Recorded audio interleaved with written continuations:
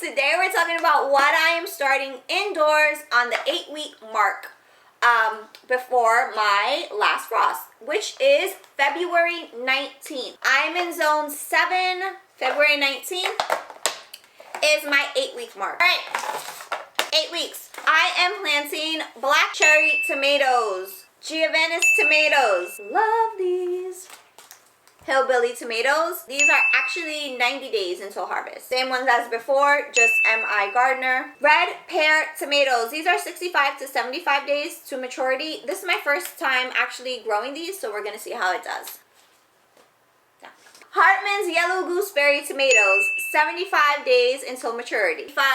75 to 80 days to maturity. Early Cascade tomatoes, cherry tomatoes. I like to have a good variety of heirloom tomatoes, beefsteak tomatoes, and cherry tomatoes. And I like them to either early or like have a long growing season. This way I have tomatoes all season long. I wish all year long. Kentucky beefsteak.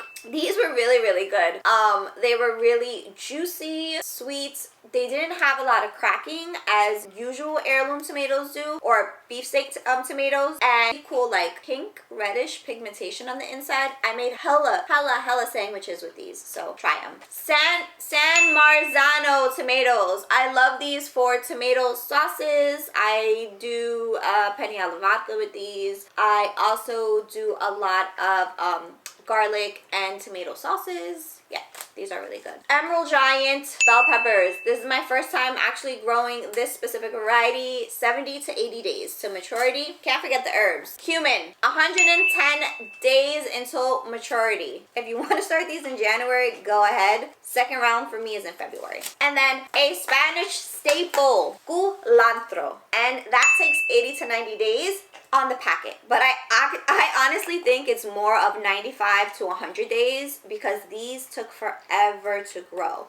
So start these early. And that is it. I am Tiffany, an at-home organic gardener that does all things gardening and garden to table. So hit that follow if this is your thing.